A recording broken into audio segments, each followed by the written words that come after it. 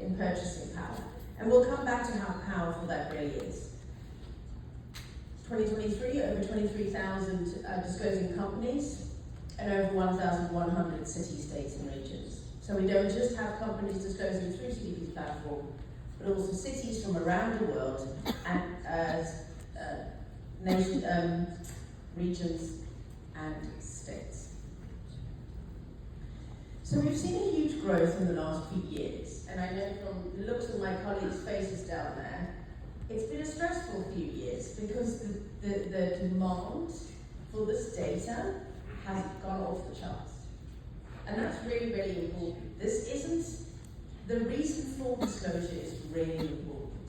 Again, you can't manage what you can't measure. That means for investors, that means for buyers, that means for governments, that means for companies themselves. And that data that is disclosed, that's vital. It's the foundation of this decision making.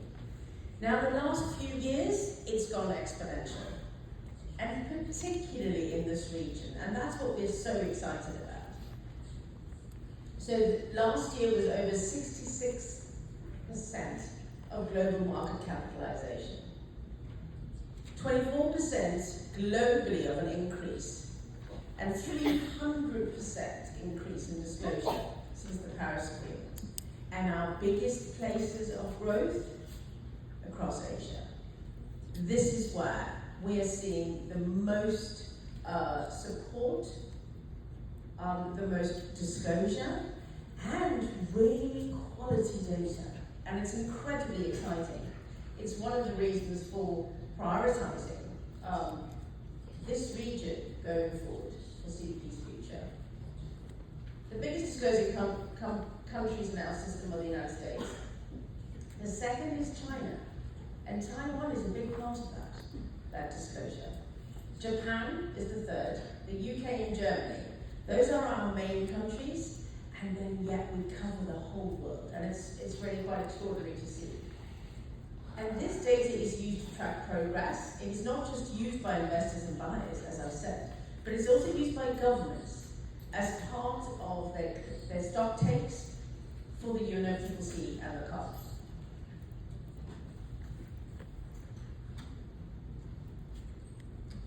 So I mentioned this region, and this is what's really exciting.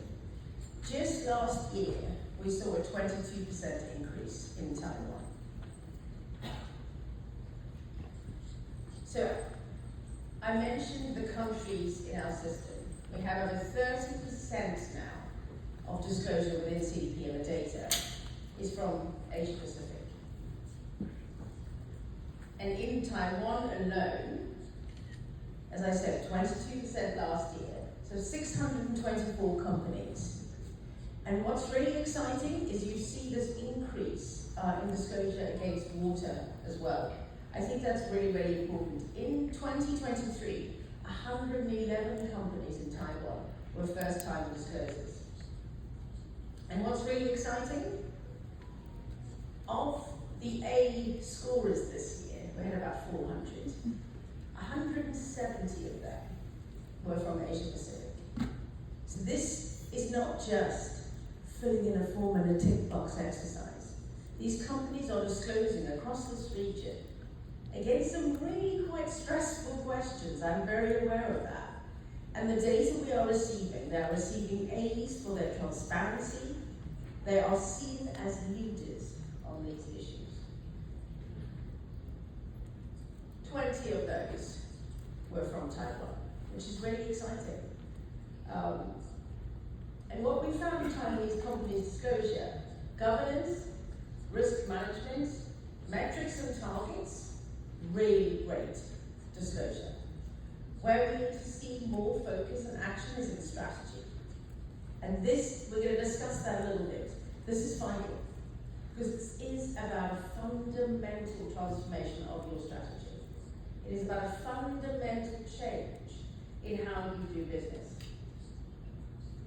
So we've heard already that disclosure is becoming mandatory all over the world, and I'm going to discuss that for a little bit.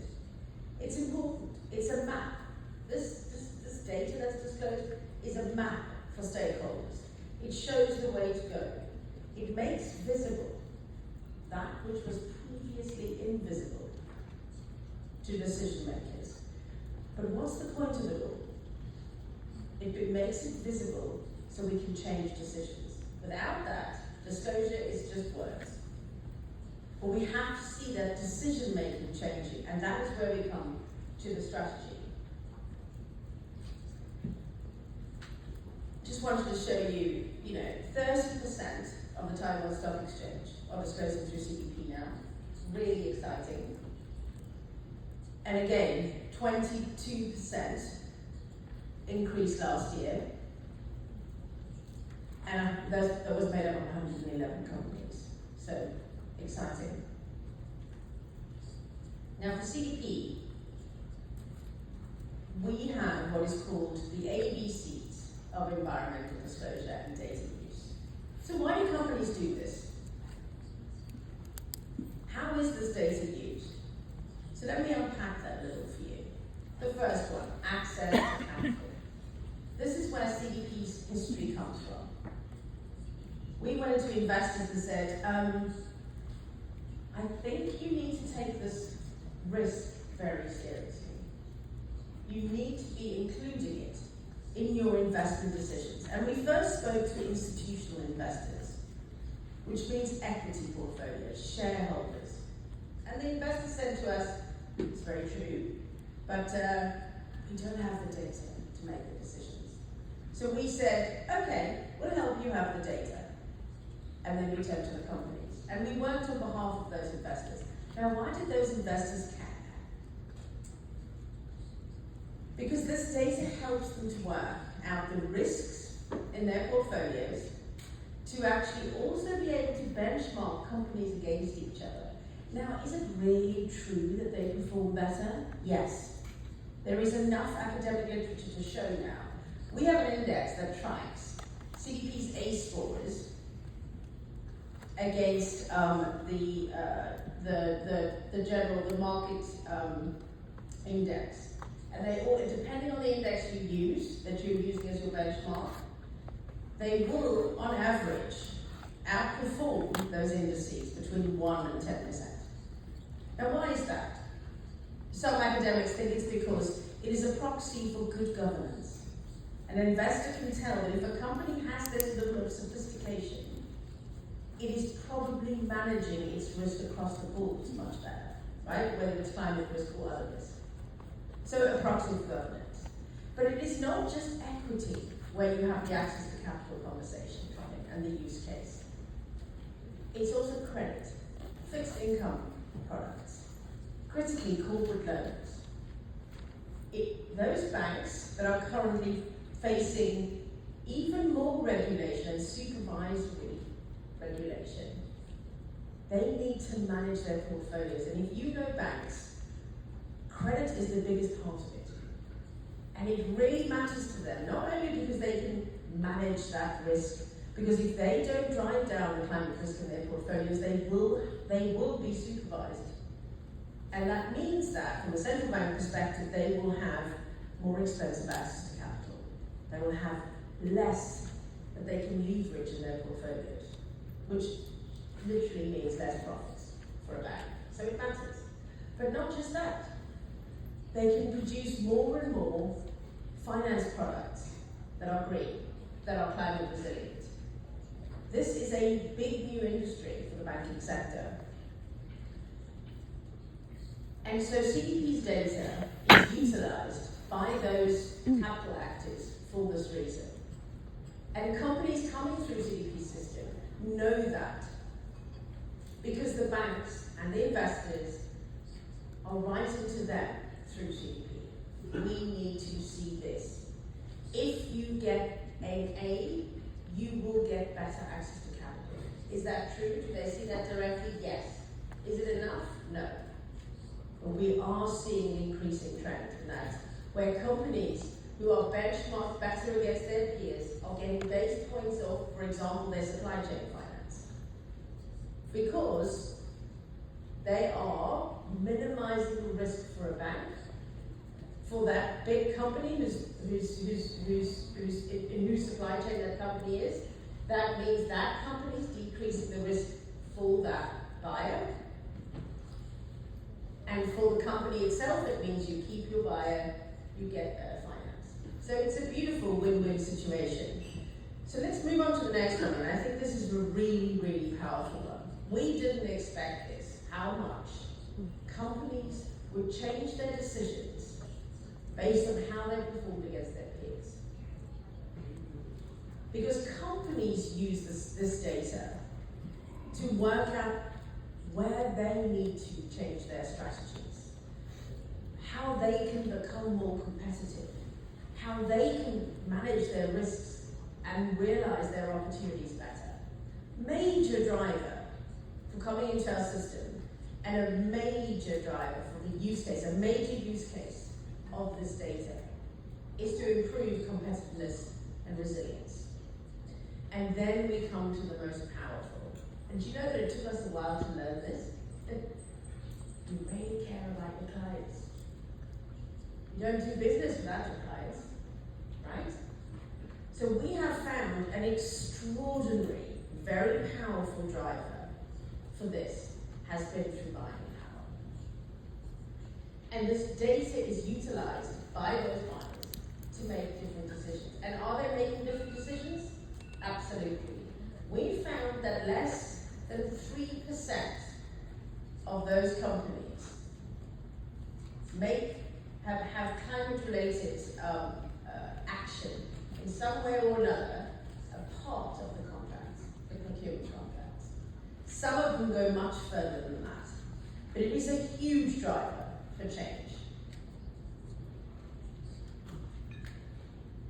And then finally, compliance. I call this navigating regulation.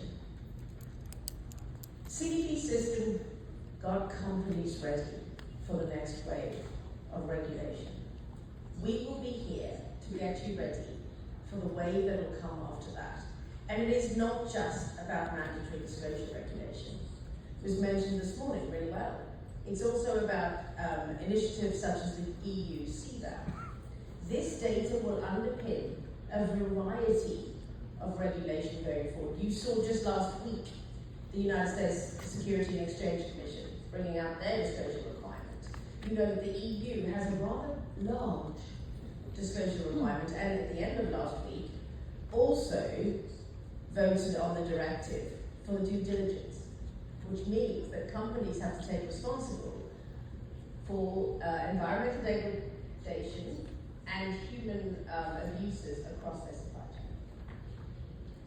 Right? So, and that's across their supply chain. It's a really powerful directive. CDP system supports companies navigating that regulation. Because it's not just about data, it is because when you have to create that data, you're managing it.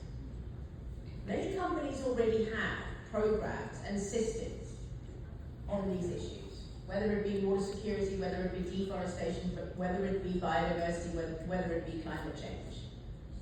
But bringing them together at a global level, tracking it in a standardized way, making it part of your ERP systems, your enterprise reporting systems, that's the key. And that is what we seek to trigger, catalyze within corporate governance systems. I call it the internal infrastructure that allows a company to navigate that regulation, because you are managing the risks that that regulation is looking at, and you have the data flows within it. That's really, really, really critical. And the next few years, we will only start to see this change much more rapidly.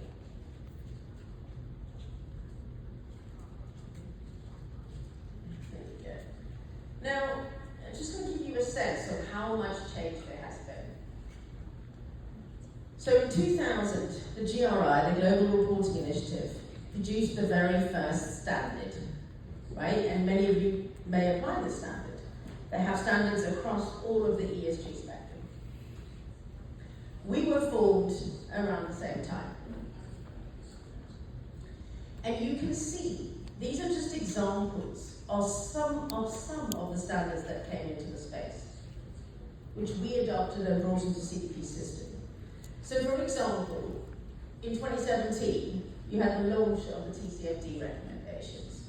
Those were in large part based on CDP's disclosure framework, as well as a standard framework that we had hosted the Secretariat of, the CDSB.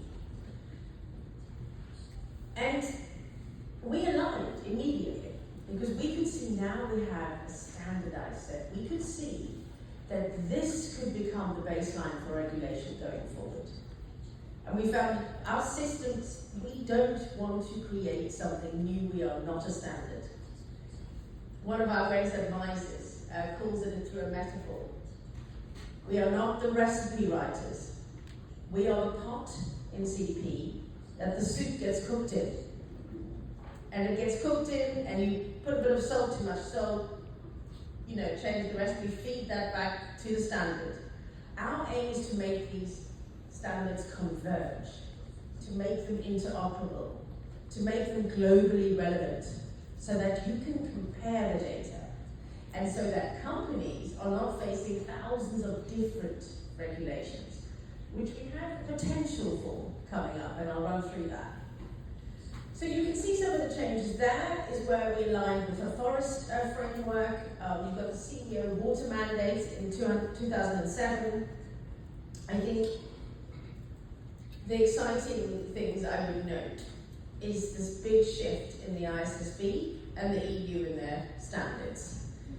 And in 2024, CDP system, so that's this year, will be fully aligned with the ISSB S2 climate standard. So that climate standard in the ISSB is S2. We'll be fully aligned. That alignment has been signed off by the actual standards body. And this is really important. It will have companies ready. And then we will be aligning over time with the TNFD. So that is the parallel of the TCFD, but for nature. Task Force for Nature-related Financial Disclosure. And if you've been disclosing through CDP, you've already set yourself up quite well for all of these standards. But what really, really matters to us, this is a lot, and we're aware of that.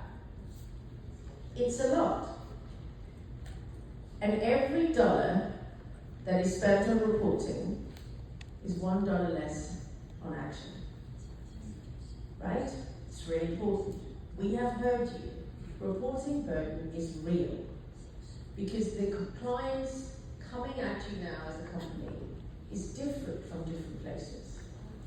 And we have it as our mantra and as our strategy to make it write once, read many.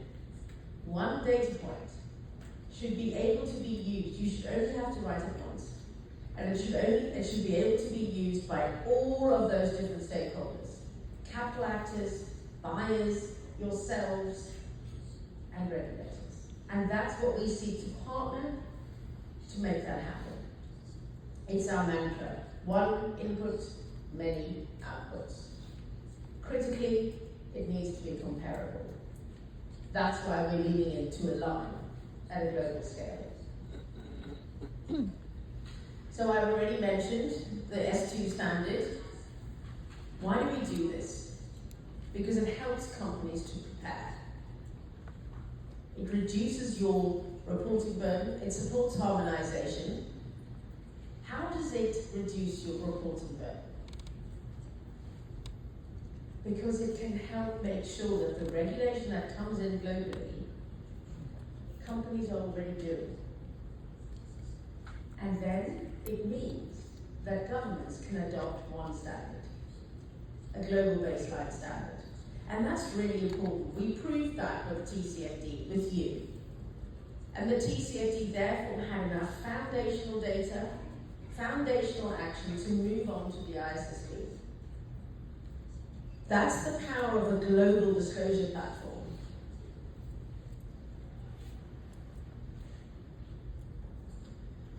Now, this data must track progress.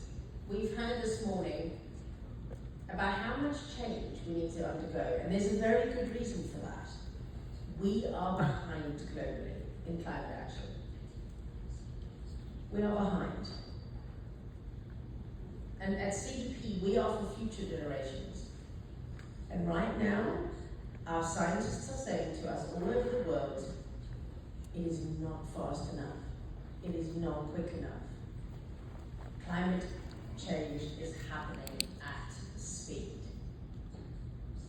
And so we need to be able to know that this data can track progress, because we have to make progress.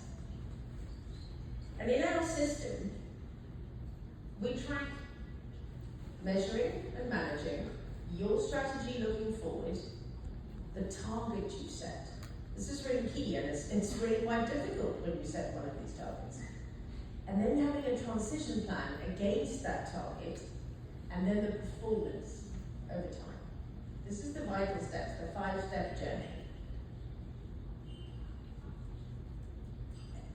At the moment, of all the companies in our system, only 24% are on track to meet their targets. That's quite a daunting figure. A very small percentage of companies, of those companies even, have set science-based targets. So that's the full disclosure. Science-based targets, much, much smaller. And that's the level of ambition you need to meet what scientists say are credible, right? Although in Taiwan, really excitingly, we have 67 companies who set science-based targets. And now we need to move on to transition plans. So now, we started asking about transition plans in 2015, and there's nothing radical about it. My grandmother could have told you that's the next thing, right? You set a target, you then make a plan to meet the target. Done. But what you're finding now is all over the world, investors are going, how do I know if this company, even though they've set a science-based target, they've validated their target, how do I know they are transitioning? You measure their plan. And so what's happened is you've seen transition plans become part of the ISSB, become part of the EU's regulation, because you're starting to see standard agreements on what those indicators actually are. Your financial incentives, your CapEx, your OpEx, your R&D budgets, your board, your governance, the makeup of your board. The UK government has been brought together a task force, the Transition Plan Task Force, the TPT, and it brought out a grounded set of indicators which looked at frameworks from around the world to make sure that there is potentially one framework that companies can use. We've been tracking this data for a long time. And there's a lot of companies who say they have a transition plan or they're preparing one, which is excellent. But when we look at, against all of those frameworks, when we look at where the disclosure they are disclosing against those indicators, we have a set of 21 indicators we see as the common across all the frameworks. It's less than 1% of companies disclose against all those. So that's where the job is now. That's where you roll up your sleeves. It's in the strategy, it's in transition planning.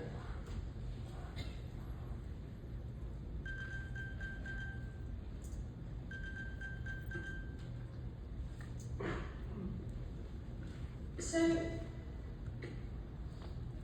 I think what's really exciting is that we're not just seeing action in emissions reduction, we're seeing action in adaptation. Now, I have been working in this field for a very long time, you can see. I'm looking very old and haggard at my stage. Lots of grey hairs. And it's always been the story.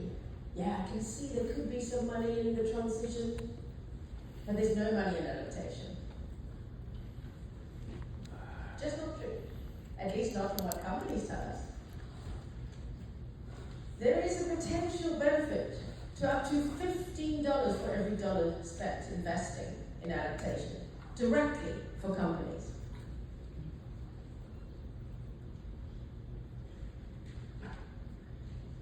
And as you can see, another example of this in nature, I mentioned this already. But suddenly everyone has realized that actually, another silly saying we have at CDP, if climate change is the shark, then water is its teeth. This is where climate change hits the road, water security. That's why this many companies are disclosing against it now, because their investors are saying this is an issue, we need that data. So we've had a 100% increase in companies in the last 5 years disclosing to the CDP on water data. So it's not just about climate on its own. It is about nature. So just when you thought you were getting a handle on climate, I'm telling you, transition plans. Roll up your sleeves. And then just when you thought you had a handle on that, I'm telling you, there's a lot more than just climate on its own emissions. So a holistic approach is critical, and CDP's system is planning to align and make sure it is holistic. It's frankly schizophrenic that we have this thing called climate and nature. That's mad, right? And so we need to take a holistic view, because actually all of these things link up to everything else. And your teams have been telling you this, and if you're a practitioner in the space, you know this already. They all link to each other. And what you invest in one thing can actually undermine the other, or can actually make the others better. And that interplay between things is really, really important. So just a few changes that we're making to our system. We want to help you get ready. Remember that mantra, write once, read many. $1 spent on reporting for every $1, $1 less on action. We're going to make those dollars go up on action and support you to make sure that your data points can be written once. We will partner with governments, stock exchanges, investors, buyers, to make sure that that is the case, because at the moment the regulation is not all aligned. We want to support it to make it so, because comparable data, we turn those standards into very long-winded standards into questions and into data points, specific data points, so that you can compare them and use them for decision. Now you will, if you've been disclosing through CDP, you will have remembered that we had many questionnaires. This year, one. There's one question bank, and the right companies will be asked the right questions in the right way. So you won't have duplicated questions. And if you are deemed relevant to water by your investors, or for forest, or for biodiversity, or for plastics, you will get those questions. If not, you won't. One integrated question bank, fully aligned with the ISSB S2. We have an expanded financial services questionnaire. We have, critically, and this is the most exciting thing, a standalone SME questionnaire.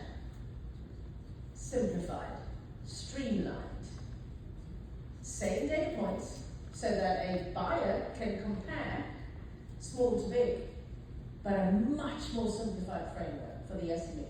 And this, we believe, is vital.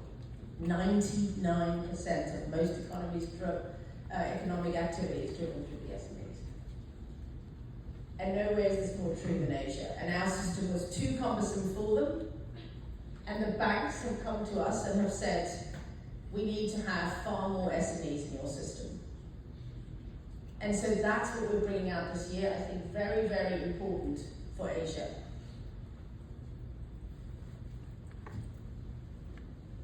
And this is trying to bring to life the right ones, read many.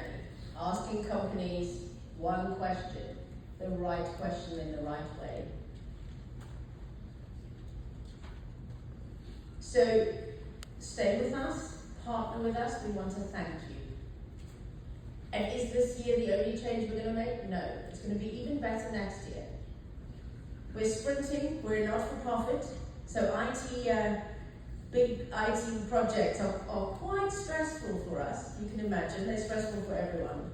Stay with us, it's going to get better, it's going to get more streamlined, and we will be working with governments to make it better for you so that that data is actually driving change.